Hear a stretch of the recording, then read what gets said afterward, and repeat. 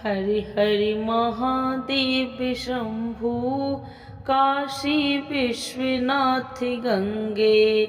हरि हरि भूतनाथ शंभु, सदाशिव पार्वती संगे। तो एक बार बोलिए प्रेम से शिव जी की जय, माता पार्वती की जय। आज सुनेंगे अघन मास की पहला सोमवार की कथा। यह कथा सुनने से होगी मनोकामना पूर्ण। कथा के अनुसार एक समय की बात है, एक साहूकार था जो भगवान शिव का अनन्य भक्त था। उसके पास धन्य धान्य की कोई कमी नहीं थी, लेकिन उसके कोई संतान नहीं थी। इसी कामना को लेकर वह रोज शिव जी के मंदिर जाकर दीपक जलाया करता था। उसके इस भक्ति भाव को देखकर एक दिन माता पार्वती ने शिव जी से कहा, हे प्रभु, यह साहूकार आपका अनन्य भक्त है, इसे संतान का कष्ट है, आपको इसकी मदद करनी चाहिए। पार्वती जी की इच्छा सुनकर भगवान शिव ने कहा कि हे पार्वती, इस संसार में हर प्राणी को उसके कर्मों का फल मिलता है और जिसके भाग्य में जो हो उसे भोगना ही पड़ता है।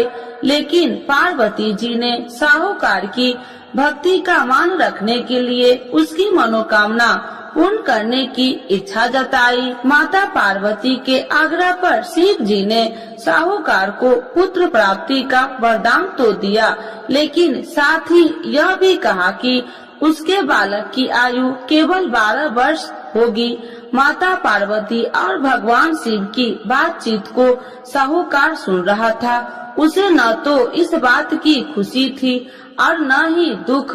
वह पहले की भांति शिव जी की पूजा करता रहा। कुछ समय के बाद साहूकार के घर एक पुत्र का जन्म हुआ। वह बालक 11 वर्ष का हुआ तो उसे पढ़ने के लिए काशी भेज दिया गया। साहूकार ने पुत्र के मामा को बुलाकर उसे बहुत सारा धन दिया और कहा कि तुम इस बालक को काशी विद्या प्राप्ति के लिए ले जाओ और मार्ग में यज्ञ कराना। जहाँ भी यज्ञ कराओ वहाँ ब्राह्मणों को भोजन कराते और दक्षिणा देते हुए जाना। दोनों मामा भतीजा इसी तरह यज्ञ कराते और ब्राह्मणों को दान दक्षिणा देते काशी की ओर चल पड़े।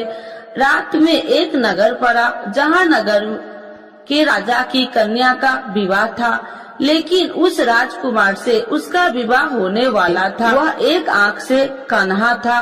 राजकुमार के पिता ने अपने पुत्र के कन्हा होने की बात को छुपाने के लिए एक चाल सोची। साहूकार के पुत्र को देखकर उसके मन में एक विचार आया। उसने सोचा, क्यों न इस बालक को दुल्हा बनाकर राजकुमारी से विवाह करा दूं। विवाह के बाद इसको धन देकर विदा कर दूंगा और राजकुमारी को अपने घर जाऊंगा। लड़के को दूल्हे के वस्त्र पहनाकर राजकुमारी से विवाह कर दिया। लेकिन साहूकार का पुत्र ईमानदार था। उसे यह बात अन्याय संगत नहीं लगी। उसने अवसर पाकर राजकुमारी की चुनरी के पल्ले पर लिखा कि तुम्हारा विवाह तो मेरे साथ हुआ है, लेकिन जिस राजकुमार के संग तुम्हें भेजा जाएगा वह एक आंख से कन्हा है। मैं तो काशी पढ़ने जा रहा हूँ। जब राजकुमारी ने चुनरी पर लिखी बातें पढ़ी तो उसने अपने माता पिता को यह बात बताई। राजा ने अपनी पुत्री को विदा नहीं किया, जिससे बारात वापस चली गई। दूसरी ओर साहूकार का लड़का और उसका मामा काशी पहुँचे और वहाँ जाकर उन्होंने यज्ञ किया। जिस दिन लड़के की आयु 12 साल की हुई, उसी दिन यज्ञ रखा गया। लड़के ने अपने मामा से कहा कि मेरी तबीयत कुछ ठीक नहीं है। मामा ने कहा, तू अंदर जाकर सो जाओ। शिव जी के वरदान अनुसार कुछ ही देर में उस लड़के के प्राण निकल गए। मृत भांजे को देख उसके मामा ने विलाप शुरू किया। संयोगवश उसी समय शिव जी और माता पार्वती उधर से जा रहे थे। पार्वती भगवान से कहा, स्वामी, मुझे इसके रोने के स्वर सहन नहीं हो रहा। आप इस व्यक्ति के कष्ट को अवश्य दूर करें। जब शिव जी मृत बालक के समीप गए तो वह बोले कि यह उसी साहूकार का पुत्र है जिसे मैंने 12 वर्ष की आयु का वरदान दिया था। अब इसकी आयु पूरी हो चुकी है। लेकिन मातृ भाव से विभोर माता पार्वती ने कहा कि हे महादेव, आप इस बालक को और आयु देने की कृपा करें, अन्यथा इसके वियोग से इसके माता पिता भी तड़प तड़प कर मर जाएंगे। माता पार्वती के आग्रह पर भगवान शिव ने उस लड़के को जीवित होने का वरदान दिया। शिव जी की कृपा से वह लड़का जीवित हो गया। शिक्षा समाप्त करके लड़का मामा के साथ अपने नगर की ओर चल दिया। दोनों चलते हुए उसी नगर में पहुंचा जहां उसका विवाह हुआ था। उस नगर में भी उन्होंने यज्ञ का आयोजन किया। उस लड़के के ससुर ने उसे पहचान लिया और महल में ले जाकर उसकी खातिरदारी की और अपनी पुत्री को विदा किया। इधर साहूकार और उसकी पत्नी भूखे प्यासे रहकर बेटे की प्रतीक्षा कर रहे थे। उन्होंने प्रण कर रखा था कि यदि उन्हें अपने बेटे की मृत्यु का समाचार मिला तो वह भी प्राण त्याग देंगे, परंतु अपने बेटे की जीवित होने का समाचार पाकर वह बेहद प्रसन्न हुई। उसी रात भगवान शिव ने व्यापारी के स्वप्न में आकर कहा, हे श्रेष्ठ, मैंने तेरे सोमवार के व्रत करने और व्रत कथा सुनने से प्रसन्न होकर तेरे पुत्र की लंबी आयु प्रदान की है। इसी प्रकार जो कोई सोमवार व्रत करता है या कथा सुनता है और पढ़ता है, उसके सभी दुख दूर होते हैं और समस्त मनोकामनाएं पूर्ण होते हैं। तो एक बार बोलिए प्रेम से शिव जी की जय, माता पार्वती की जय। आरती शिव जी की। ओम जय शिव ओमकारा, स्वामी जय शिव ओमकारा, ब्रह्मा विष्णु सदा शिव अर्धांगी धारा।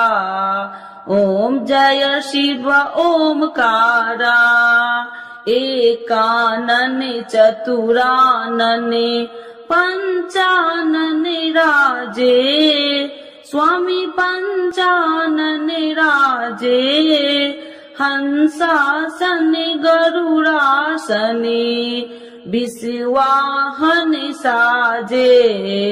ओम जय शिव ओमकारा, दो भुज चार चतुर्भुज, 10 भुज अति सोहे, स्वामी 10 भुज अति सोहे, त्रिगुणी रूपिणी रखिते, तिरुबनि जन मोहे।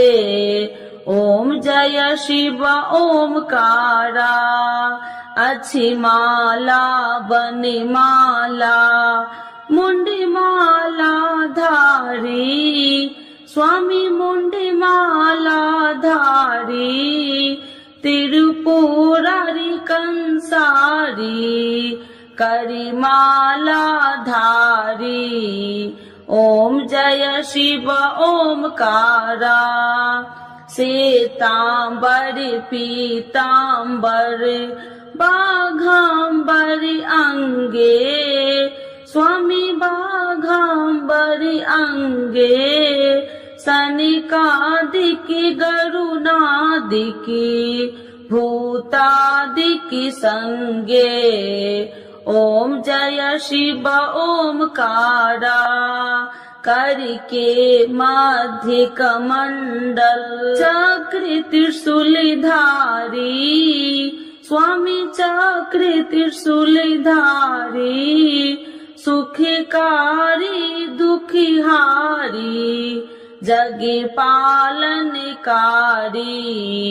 ओम जय शिव ओमकारा, ब्रह्मा विष्णु सदा शिव, जानति अविवेका, स्वामी जानति अविवेका, मधु कैटभ दो मारे, सुर भयहीन करे।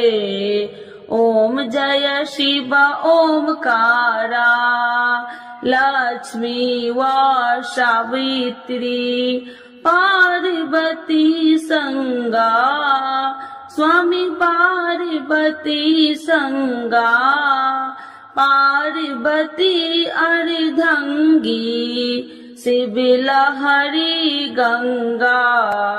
ओम जय शिव ओमकारा, पार्वती सोहे पार्वती शंकर कैलासा, स्वामी शंकर कैलासा।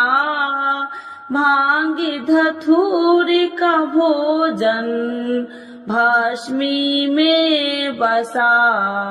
ओम जय शिव ओमकारा, जटा में गंगा बहती है, गले मुंडन माला, स्वामी गले मुंडन माला। शेष नाग लिपटावती, ओढ़त मृग छाला। ओम जय शिव ओमकारा, काशी में विराजे विश्वनाथ नंदी ब्रह्मचारी, स्वामी नंदी ब्रह्मचारी। नित्य उठी दर्शन पावती, महिमा अति भारी। ओम जय शिव ओमकारा, त्रिगुण स्वामी जी की आरती जो कोई नर गावे, स्वामी जो कोई नर गावे। कहत शिवानंद स्वामी, मन वांछित फल पावे। ओम जय शिव ओमकारा, प्रभु हर शिव ओमकारा। शिव जी की जय, माता पार्वती की जय।